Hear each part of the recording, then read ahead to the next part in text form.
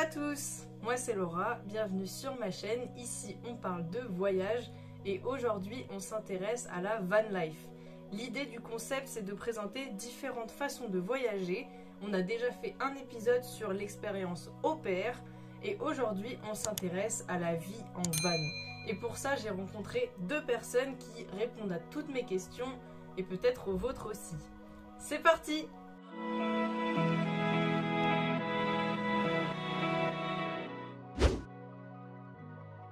Salut. Hello. Est-ce que vous pouvez vous présenter rapidement et présenter votre projet? Alors, nous, c'est Stéphanie et Nicolas. Donc, moi, j'ai 26 ans et Nicolas 27. Et on est parti depuis le mois de juillet faire un tour d'Europe en van aménagé. On a un Fiat Ducato L2H2 et on l'a aménagé nous-mêmes. Et là, on est sur les routes pour environ un an. Depuis juillet 2021. On a fait France, Espagne, France de nouveau, Suisse, Allemagne, Danemark, Suède, Finlande, Norvège, Suède de nouveau, et ensuite là on a fait l'Estonie, Lettonie et la Lituanie. Et on va vers la Pologne. Ok. Après l'Europe, vous avez prévu d'arrêter ou de continuer Sur le plan, on comptait pas aller en dehors de l'Europe. Après, s'il y a une occasion qui se présente, etc. Parce que le voyage en dehors de l'Europe, c'est pas la même chose, surtout avec un camion. Donc là, on n'est pas prêt encore à faire ça. On ne sait jamais si peut-être ça viendra. Mais ou pour même l'instant, avec Jack. Avec Jack, concrètement, Ouais, que là, ce je soit en pense Asie que ou non. en Afrique, c'est pas possible. il n'est minimum pas un 4x4. adapté. Oui, il faut minimum un 4x4. Ah oui. Oui, ça dépend vraiment des continents, quoi. C'est ça. Oui, en fait, c'est en fonction de. En fait, l'aménagement du camion, c'est en fonction de où tu vas, combien de temps et ce que tu veux faire. Voilà, c'est ça. Et c'est ce qu'on a fait. Donc, nous, notre camion aménagé est fait pour un bon voyage en hiver et en été pendant longtemps. Ouais, en Europe. En Europe. Ok, ça marche. Qu'est-ce qui vous a motivé à voyager justement en van? À l'origine, on ne devait pas voyager en van, on devait faire un tour du monde en sac à dos, en backpack. Et Coco est là, donc du coup, on n'a pas tout changé parce que oui, on avait déjà prévu beaucoup de choses, même si on voulait se laisser, on voulait partir à l'aventure, mais on avait déjà prévu pas mal de choses, surtout le début. Surtout, on devait faire le transsibérien, passer par la Russie, etc. Donc c'était assez compliqué. Et on a changé ces plans-là. Et notre deuxième rêve, c'était de partir en van. Je sais que vous avez aménagé vous-même votre van. Comment ça s'est passé? Quelles difficultés vous avez rencontrées? Est-ce que c'était plus simple ou plus compliqué que prévu? Alors, on a aménagé grâce à notre famille et nos proches le camion. On n'a pas fait tout seul. Et on devait partir en janvier parce que du coup, on a réussi à l'acheter. En fait, c'est vraiment en juillet, du coup 2020, on s'est dit qu'est-ce qu'on fait? Donc, on s'est dit on fait un tour d'Europe en camion. On a cherché, on a trouvé fin novembre du coup notre camion aménagé et on s'est dit oui, en 2-3 mois ça sera réglé, etc. Que nenni. Et du coup, ouais, il y avait pas mal de En fait, c'est très difficile de savoir ce qu'on a besoin sans finalement l'utiliser. Ouais, d'y vivre dedans. C'est facile d'avoir un appartement. En fait, toute l'électricité est déjà faite. Là, en gros, c'est réfléchir en amont. Qu'est-ce que tu veux dans un appartement? Je veux une prise d'électricité, d'accord, où? À combien de centimètres du sol, etc., etc., etc. Et ça, le problème, c'est que le camion, c'est pas un appartement. C'est pas un appartement, c'est pas droit, c'est pas un cube, c'est pas un rectangle. Enfin, c'est très compliqué. Donc, heureusement que nos parents et nos proches sont dans le bâtiment et ils nous ont beaucoup aidés dans cette partie-là. Et nous, on a fait énormément de recherches, etc. pour le parti électricité, eau, etc. Vraiment règles. Les règles d'avoir de sécurité aussi. De sécurité, c'est ça. Que ça soit en termes de gaz, d'eau, d'électricité, de meubles, etc. Parce que des maisons, c'est certaines normes et le camion aménagé, c'est d'autres normes. Surtout qu'on voulait passer on voulait l'homologuer pour qu'il soit vraiment camping-car. C'est ça. Et donc, il fallait vraiment respecter déjà lors de la réflexion la hauteur des meubles, etc. Pour pas qu'on ait de problème par la suite. Et c'est vraiment grâce à des sites internet et des groupes Facebook qui avec nos recherches, etc., qu'on a su faire ça, quoi. Et après, au niveau des problèmes, j'ai envie de dire, c'était tous les jours, en fait. Oui, tous les jours. Parce qu'on a un plan dans notre tête et on commence à le mettre et on se dit non mais ça va pas. Ah oui, on peut pas. Bah non. Donc 6 mois d'aménagement, c'était assez compliqué. Mais sachant que vous avez déjà trouvé le camion, j'imagine.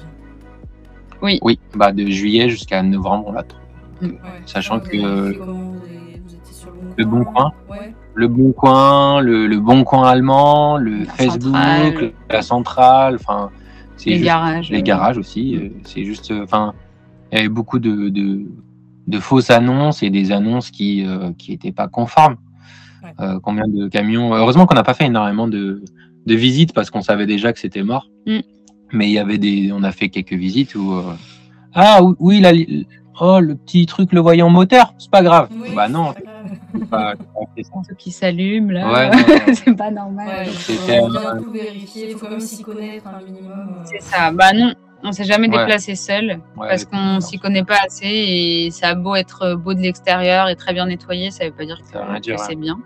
Donc à chaque fois on se déplaçait avec quelqu'un qui s'y connaissait même un minimum. Et voilà. On n'a jamais fait tout seul les choses. Non. On voulait pas parce qu'on n'est pas expert et parce qu'on part pendant un an, on n'a pas envie d'avoir des problèmes avec le camion, etc.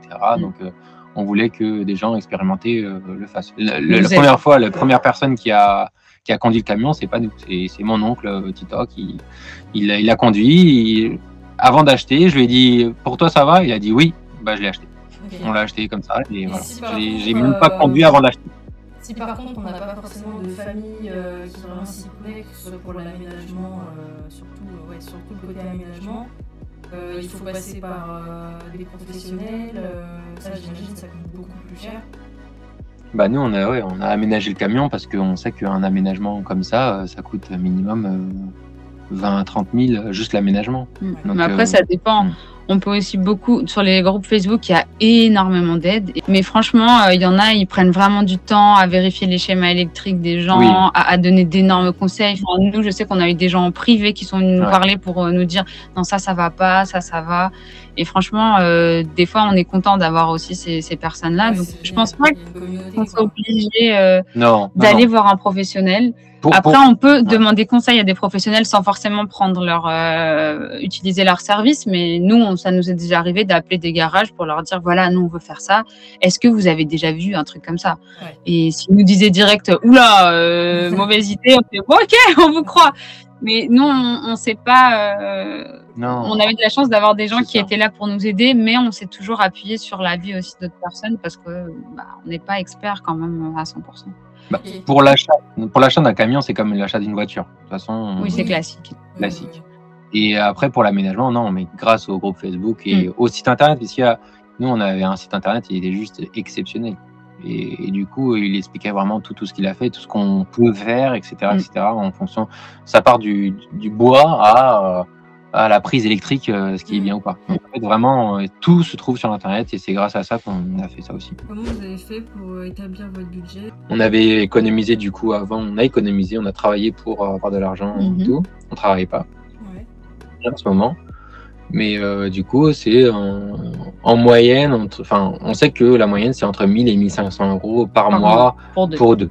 Voilà, ça c'est une moyenne, tout compris, vraiment tout compris. De l'assurance de la voiture à... Nous, on se donne une moyenne de 1000 euros tout le temps, et après, si on dépasse un peu ou si on dépasse pas du tout, tant mieux. Nous, notre moyenne, c'est environ 1000 euros. On fait attention, on fait beaucoup attention. En termes de visite, on va pas visiter tous les musées, ça nous sert à rien, et c'est de l'argent gaspillé pour rien. On a des visites qu'on aimerait faire, et il y a des visites peut-être on pourrait faire. Voilà, et les restos aussi c'est rare parce que ça ne donne pas envie, donc forcément, et parce que aussi c'est un budget et c'est pour nous aussi on est végétarien, donc du coup c'est un peu plus compliqué dans certains pays, l'essence et la nourriture. En gros c'est l'essence et la nourriture. Parce que finalement en faisant à manger chez soi, on gaspille moins. Mais du coup, on peut pas beaucoup stocker parce qu'on n'a pas beaucoup d'espace, donc on est obligé de faire des courses régulièrement et c'est tout. Mais sinon, c'est ça. Et après, un peu les visites en fonction des pays. C'est ça. Parce que en fonction des pays, ça coûte assez cher. Donc, on essaye de se donner une limite sans donner une. Si on a envie de faire quelque chose et que ça nous intéresse vraiment, bah, on le fera. Mais on sait que à un autre moment, finalement, ça va revenir et on fera quelque chose en moins, quoi. On veut pas se restreindre. Si on veut, on fait. Il n'y a pas trop de péage? On a payé juste en Norvège, en fait. Là, depuis qu'on est parti, clairement, en France, on évitait au maximum de prendre les autoroutes payantes. Et là, on a payé qu'en Norvège parce qu'on n'avait pas le choix. C'est ça. Ok. Où se garer? Alors apparemment, c'est tout un sujet. Ça dépend des pays, mais en gros, nous, on utilise toujours l'application Park4Night. Donc, avant d'arriver dans une ville ou dans un pays, on se renseigne sur les parkings payants gratuits. Après, il y a différentes politiques quand on voyage comme ça. Il y a ceux qui veulent payer le camping et avoir l'électricité, l'eau et quelques services. Il y a aussi des aires aménagées où, pareil, elles sont payantes et c'est pas un camping, mais on a quand même quelques services. Et il y en a souvent, franchement, dans beaucoup de villes. Là, qu'on a rencontré dans tous les pays.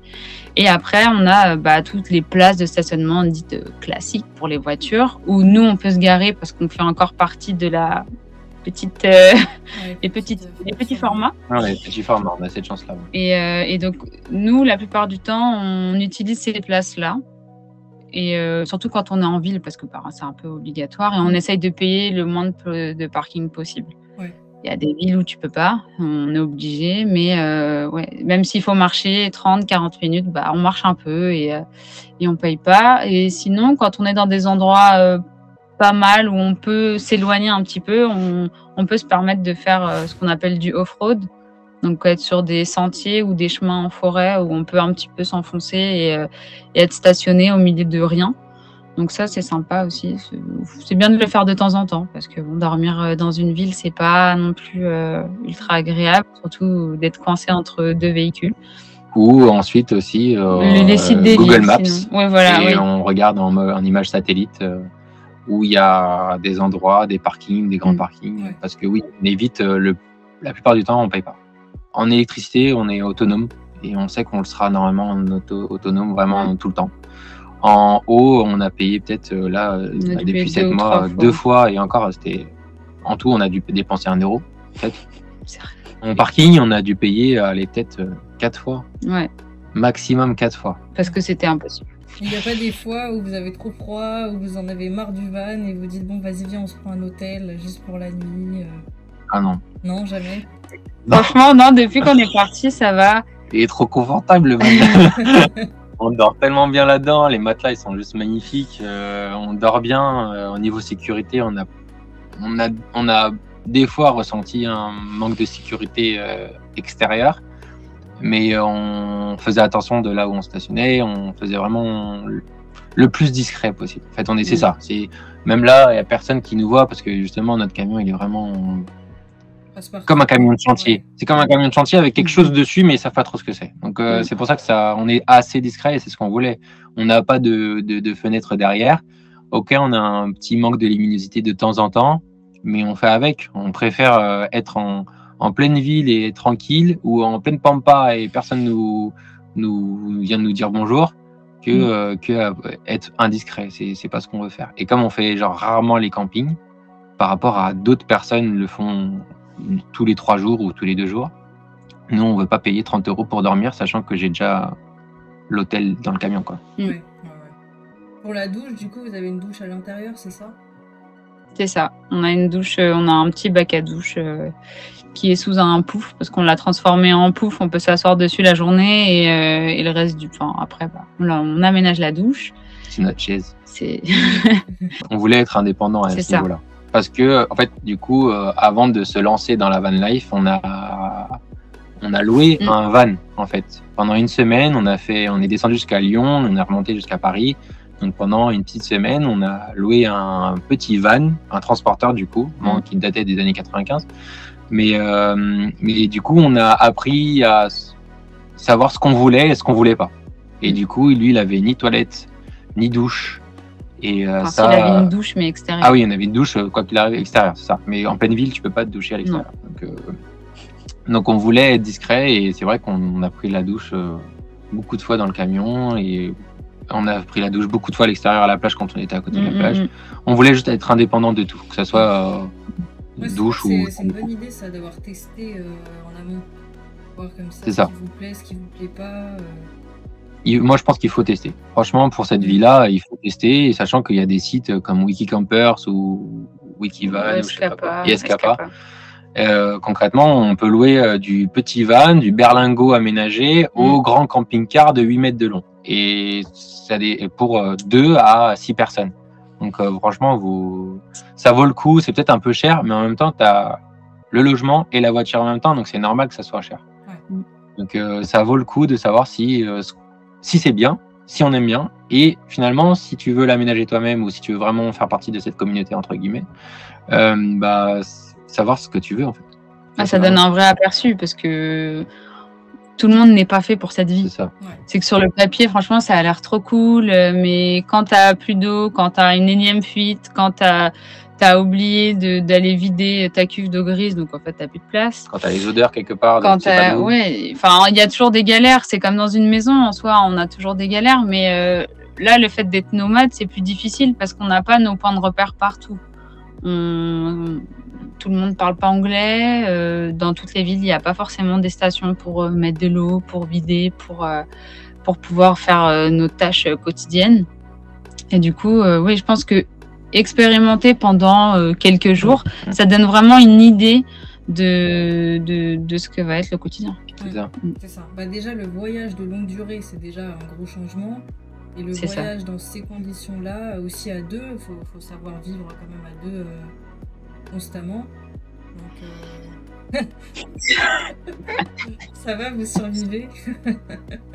Ça va, des fois les punis devant. Non, ça va. On s'est bien trouvé, et on a la même vision, donc franchement, on essaie de parler au maximum. Quand ça va, on le dit. Quand ça va pas, on le dit. Et des fois, l'un ou l'autre, on a envie de rien faire, on fait rien, et c'est pas grave. On essaie de maximiser les choses qu'on aimerait faire, et en fait, on essaie de se mettre à la place de l'autre, concrètement. Et pour l'instant, ça marche. Okay. Pour l'instant, ça marche. Et du coup, pour l'itinéraire, vous avez fait comment? Vous avez tout prévu à l'avance ou vous faites un peu au jour le jour? On a vraiment tout prévu au kilomètre près. Non, c'est pas notre genre. Non, on sait même pas où on va demain. Si, on sait où on va demain. Non, après, demain, en fait, c'est pas ça. On a, on va dire, un pré-itinéraire. Donc, on sait à peu près à, on va dire, 1 ou 2 pays près où on doit aller. Quand on a quitté chez nous, on savait qu'on allait direction l'Espagne et qu'après, du coup, il y aurait le Portugal. Mais à la base, on avait prévu un truc, on n'a pas du tout fait ça. On a quand même été au Portugal et en Espagne, mais c'était pas exactement l'itinéraire qu'on avait prévu. Et en fait, on veut pas se mettre de pression avec un itinéraire parce qu'après, on risque d'être déçu. Oh, on n'a pas eu le temps de faire ça, machin. Donc, ce qu'on fait, c'est quand on part, on sait dans quelle ville on va. Et à partir de cette ville, on prévoit sur plusieurs autres villes en ayant un itinéraire à peu près logique. Donc, je dis ça. Notre logique. Oui, non, mais logique dans le sens où on va pas faire des allers-retours. C'est ça. On essaie d'aller tout droit ou de faire une boucle dans un pays pour que ce soit assez logique. On évite au maximum de retourner au même endroit. C'est ça. Déjà. De ne pas faire des kilomètres pour rien, en fait, c'est surtout ça. Ouais. Et le but de notre voyage en Europe, c'est de visiter des endroits, des villes ou des villages qu'on ferait jamais si on allait dans ce pays-là. Concrètement, là, on va en direction de la Pologne. Et par exemple, on en a parlé aujourd'hui. Et ce qu'on a parlé aujourd'hui, c'est pas du tout ce qu'on a parlé il y a 2 jours. Donc, l'itinéraire, il change tout le temps. C'est ça, il change vraiment tout le temps en fonction de nous, de la météo, avec tout ce qui se passe au niveau Covid et tout. Mais bon, je pense que là, ça redescend. Mais voilà, et par rapport à ce qui se passe au niveau de l'actualité. Mais en gros, oui, notre itinéraire change tout le temps. C'est pour ça que quand nos familles ou nos proches veulent venir, on leur dit, juste dites-nous au moins 1 mois en avance, comme ça on prévoit plus ou moins un itinéraire. Ouais. Et non, il change tout le temps. Et à l'intérieur d'une même ville, est-ce que vous vous dites, un peu comme quand on visite une ville habituellement en Europe, est-ce que vous vous dites, j'ai envie de faire tel musée, ou est-ce que vous vous laissez porter par justement ce que vous inspire la ville sur place? Ça dépend des villes. Les deux, ouais. Il y a des villes où on prévoit beaucoup. Genre des grandes villes où on a entendu dire que c'était assez compliqué, par exemple, pour stationner, etc. Donc, on essaye de voir les horaires des musées et qu'est-ce qu'on peut faire, un petit itinéraire dans la ville même. Et des fois, pas du tout. Des fois, franchement, surtout là en Suède et tout, on s'est assez laissé porter par l'atmosphère de la ville. Et là, comme par exemple, on est à Vilnius depuis hier. On devait partir là cet après-midi. Mais en ce moment, ils fêtent leur 699e année d'existence, ce qui est un événement apparemment très important ici. Ouais, ils préfêtent l'année prochaine. Oui, ils préfêtent les 700 ans. Chacun son truc. Ils ont une horloge pour dire dans un an, c'est l'année. Voilà, bon. Voilà. Donc il y a plein d'illuminations dans la ville et on s'est rendu compte que c'était que sur 3 jours. Et comme par hasard, on est là. Et on était là hier et du coup, on s'est dit... Bon, on n'a pas tout terminé, donc on terminera demain. Donc on n'essaye pas forcément de prévoir exactement ce qu'on veut faire. Le minimum, ouais. Enfin, c'est ce qu'on voulait toujours. C'est prévoir, mais pas trop. Et c'est ce qu'on voulait faire aussi en tour du monde, c'est savoir où on va, mais pas trop. Pour être un peu surpris par les événements. Il y a un truc qu'on a adoré. C'est justement ce côté liberté, là. Oh bah non, j'ai envie de rester 3 jours de plus, bah je le fais. Là j'ai envie de partir parce que j'aime pas trop, bah je le fais. Là pareil, je visite ce village parce que, comme tu disais Nicolas, généralement quand on va dans un pays, on se cantonne souvent à la capitale. Là on peut aller voir des petits villages perdus qui sont pas forcément desservis par des trains, des bus ou autres. Justement, c'est les petites villes et les villages qu'on a adorés. Et on se dit, si on avait été dans ce pays-là, on n'aurait pas fait. On allait faire la capitale et on n'allait jamais prendre louer une voiture ou un train pour aller là parce que en général on a un week-end, on a une semaine, mais quand on a une semaine, on veut aller dans un meilleur endroit, etc. Et c'est ça qu'on trouve ça dommage entre guillemets, mais concrètement nous c'est ce qu'on aime, c'est être porté. On a été à Berne, je crois. On a été à Berne. On ne devait pas aller à cet endroit-là ce jour-là. On devait aller 2 jours avant ou 2 jours après. Et finalement, en fait, ce jour-là, il y avait le carnaval qui avait été décalé à cause du Coco. Et du coup, en fait, c'était juste un carnaval juste magnifique. Et on a adoré. C'est trop cool ça. J'ai vu que vous avez fait du woofing aussi. On a fait du woofing. Et du volontariat, c'est ça? C'est ça. C'est dans une ferme biologique. Et du coup, nous, en fait, on était en Allemagne et on se demandait un peu, on en a, entre guillemets, un peu marre de voyager. Enfin, il y a des moments où on a besoin d'être avec des gens et de retrouver un petit peu un quotidien. Donc, on se lève à telle heure, on fait ci, on fait ça, et une journée, c'est ça. Et du coup, on s'est dit, pourquoi pas essayer le woofing qu'on voulait déjà tester lors du Tour du Monde. Et donc, on a choisi le Danemark, un peu par hasard. Par hasard, on devait faire la Suède. Ouais, on devait faire la Suède. Et comme on s'est dit, l'hiver commence à arriver, on va essayer de se mettre dans une maison au chaud, quoi, et de travailler un peu. Et donc, on s'est retrouvés dans une... C'était un peu particulier. C'était pas vraiment une ferme biologique. Non. Il avait une exploitation de sapins de Noël. Et du coup, on est arrivé au moment où il coupait ses sapins pour les vendre. Donc, c'était vraiment cool, parce qu'on était juste avant Noël et on a un peu commencé ça avec lui. Et après, on avait juste un cadre idyllique face à la mer, dans une petite roulotte en bois, dans un camping où il n'y avait personne à part nous et une voisine. Donc, franchement, c'était vraiment sympa et c'était une belle expérience. Et on avait les petites chèvres le matin qui venaient nous saluer. Ouais, on a adoré parce que c'était la période de Noël. Un woofing. Le woofing, c'est travailler en échange du gîte et du couvert. Et du coup, et en plus de ça, ils nous ont vraiment ouvert les portes. Et comme c'était la période de Noël, qui est très famille là-bas au Danemark, il y avait beaucoup cette ambiance-là et le Hidge. Et franchement, c'était juste... c'était un peu étrange et en même temps, on a adoré. Et c'était vachement cool. Maintenant, quand vous irez chercher le sapin, vous repenserez à ça à chaque fois. Ah, complètement. Ah, oui. Déjà, quand on les voyait après dans les autres pays, regarde, celui-là, c'est ça, c'est ça. Celui-là, il est moche. Nous, on coupait mieux, nous. C'est génial comme expérience. Comment ça se passe, le voyage avec le Covid? Vous en avez parlé un peu, mais est-ce que ça vous impacte vraiment? Franchement, le Covid, certes, il y a le Covid, il y a des restrictions, etc. Mais nous, on n'a jamais eu de problème aux frontières, on n'a jamais eu de contrôle. Parce qu'on a le pass sanitaire. Non, mais même, on nous l'a jamais contrôlé. Dans beaucoup de pays, on nous a pas du tout contrôlé. Après, c'était dans les restaurants, en fonction de l'épidémie dans le pays. Mais Franchement, pour le moment, on n'a eu aucun problème. Arrivé, du coup, quand on était au Danemark, il y a commencé à avoir des restrictions. Bon, après, les restrictions, c'est passé de pas de masque à un masque. Donc, bon, jusque-là, c'était tranquille. Et après, en Suède, on a commencé à avoir pas les fermetures de frontières, mais les contrôles aux frontières avec test. Et donc, c'est à partir de là qu'on s'est dit, bon, va falloir qu'on planifie un peu mieux nos départs. Et donc, potentiellement, on allait avoir aussi des frais de tests à faire.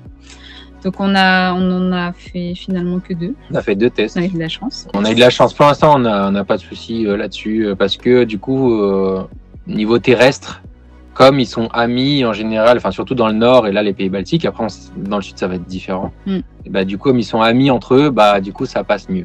Okay. Ils contrôlent pas énormément ou nous on a le pass, donc pour l'instant on n'a pas ce souci-là. Alors quels sont vos meilleurs souvenirs? On change du tout au tout. Meilleur souvenir. Meilleur souvenir. Bon, on a un meilleur souvenir. Vas-y. C'est la plage en Espagne. Ah oui. C'était en début août. Et on a trouvé un spot comme ça pour dormir. Et en fait, on était juste au bord de l'eau, au bord d'une plage.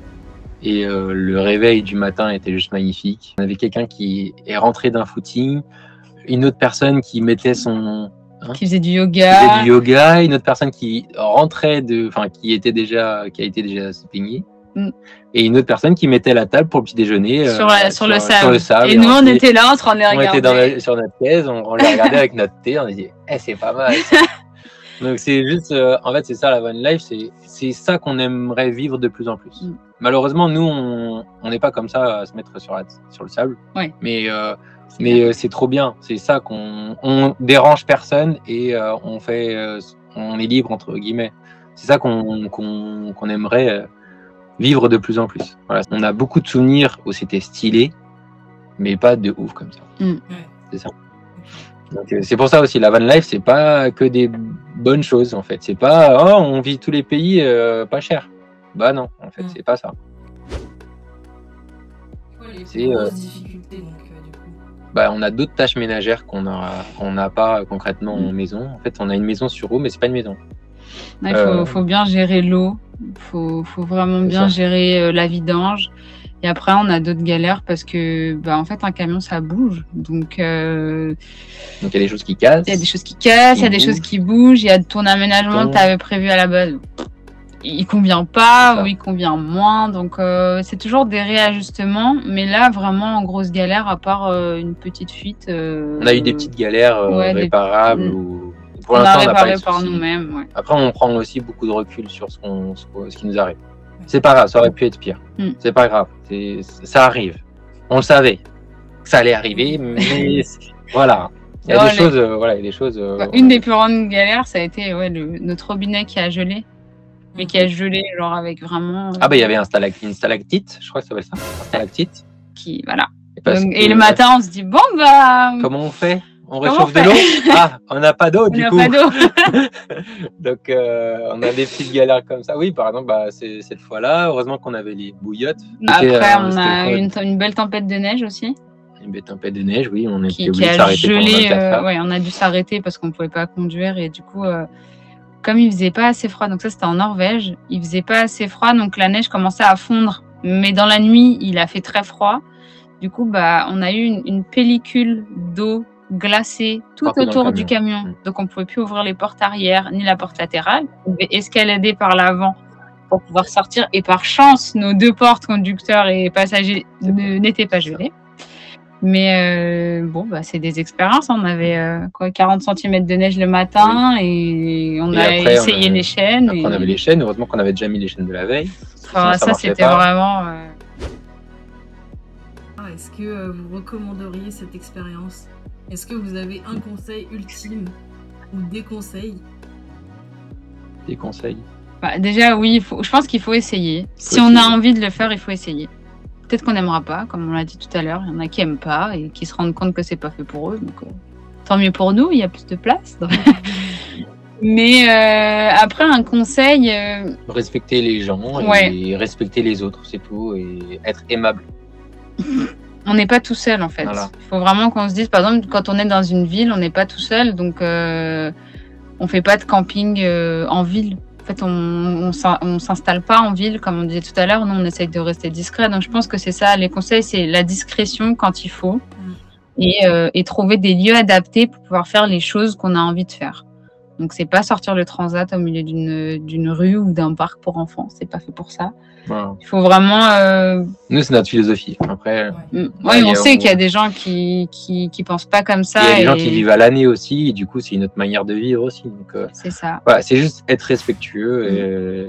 Donc, c'est ça notre conseil. Et être respectueux de la nature aussi. Enfin, oui. C'est assez compliqué notre manière de vivre parce que nous, on peut pas déverser l'eau n'importe où. Enfin, je sais pas, si quelqu'un chez lui venait déverser son eau en plein milieu d'une rue, ça serait mal vu. Au Moyen-Âge, quoi. Donc, je pense qu'il faut faire attention. Et souvent, l'été, comme nous, on a pu le voir au début de l'été, nous, on commençait, mais on avait déjà cette envie de faire bien. Et on sait qu'il y a certaines personnes qui, vu que c'est que pour une semaine ou pour quelques jours, c'est pas grave. Mais bon, si on faisait tout ça, c'est pas grave. J'imagine pas. Donc les règles minimales de respect. C'est ça. Ça. Le respect, c'est pas que chez nous. Et encore, il y en a qui s'en fichent. Mais le respect, en fait, l'environnement, c'est chez nous. Il y en a plein qui comprennent pas ça. Donc, on essaye d'être au mieux pour l'environnement et je pense que c'est ce que devraient faire la plupart des gens. Mais en termes de van life, oui, il faut se lancer pour voir et après, il faut voir ses besoins et ensuite profiter, quoi. C'est ça. Est-ce que vous avez un mot de la fin? Pars avec nous. Ah, bien. Voilà, ça c'est bien.